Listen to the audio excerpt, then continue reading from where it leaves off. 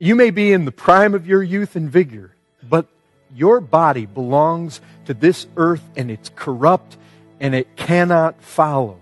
It's made of stuff that just simply can't go to where we're going. We must leave it behind and put on immortality. Brethren, I want you to think. And the thing is, before we meet again, if we have this conference again next year, some of you may be gone. Some of you may be gone. There is things that are described about our heavenly future. I mean, it says where the Lord calls it sleep. And that has been no small comfort to me. I've gone to sleep many times. I'm not a stranger to sleep. Sleep is okay. And so it's like the Lord's wanting to tell us, it's all right. Sleep in the Lord. Asleep in Jesus. It's called home. At home with Christ. Immortality begins. I'm trusting in Him every step of the way. And even as of now, I'm still battling cancer. And I must say that despite going through all to these different kinds of so-called faith healers and crusades and not getting healed, I'm so thankful God never healed me of cancer. I'm so thankful because I would have been robbed of the many glorious moments I've had with the Lord. Some of you may have already had this moment come and go. But you think about the moment, and it may be close. You heard about the pastor and his wife down in Austin. They're just driving home, get hit head on, and they're in glory. It can happen so fast. And there is just a thin veil. Death is so close. We're clay pots. We're fragile. It doesn't take much to end our lives physically, to separate our spirit from body. Time is short. You never know when you're going to go. You never know when your death day will be. It could be tomorrow. It could be at this moment. So please, just make sure that you're right with God. Make sure that you know Christ. Because life is totally meaningless. Life is meaningless apart from Him. Sin is not worth it. I'm not going to give in. I'm not going to go that way. I'm not going to side off with Him. I'm not going to envy the sinner. I'm going to keep on with Christ. I'm going to stay away from sin. I'm going to abhor the world.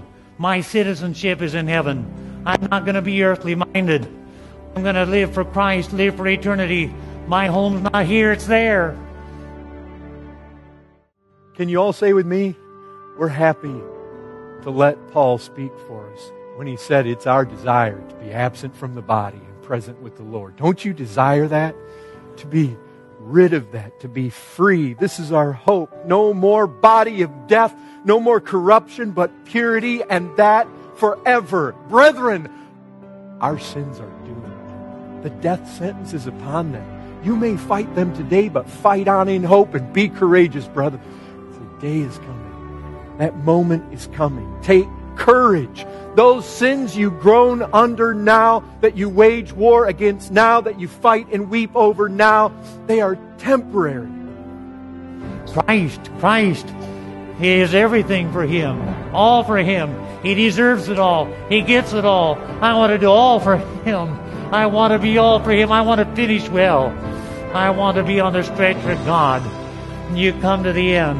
And I'm telling you, brethren, one thing you don't want to be, one thing that you don't want to have around your house, one thing you don't want to have around your heart is sin. One is contraband. You especially come to the end, and you want a pure heart. You want a clear conscience. You don't want to have sin dabbling around, hanging around your head. You don't want to be messing with it. You don't want to be struggling with sin. You want to come to the end with victory over sin, where it's just, where you've got dominion, where you've got victory.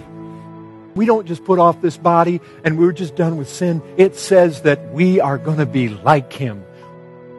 We've been given a taste of the powers of the age to come. It says taste in Hebrews chapter 6.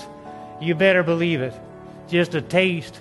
And if we just been given a taste, how much more there is. The streams of earth I've tasted. Far deep, more deep I'll drink above. And so, blessed are the dead who die in the Lord. That's it. That's the ultimate, unless the Lord comes first and we go without dying.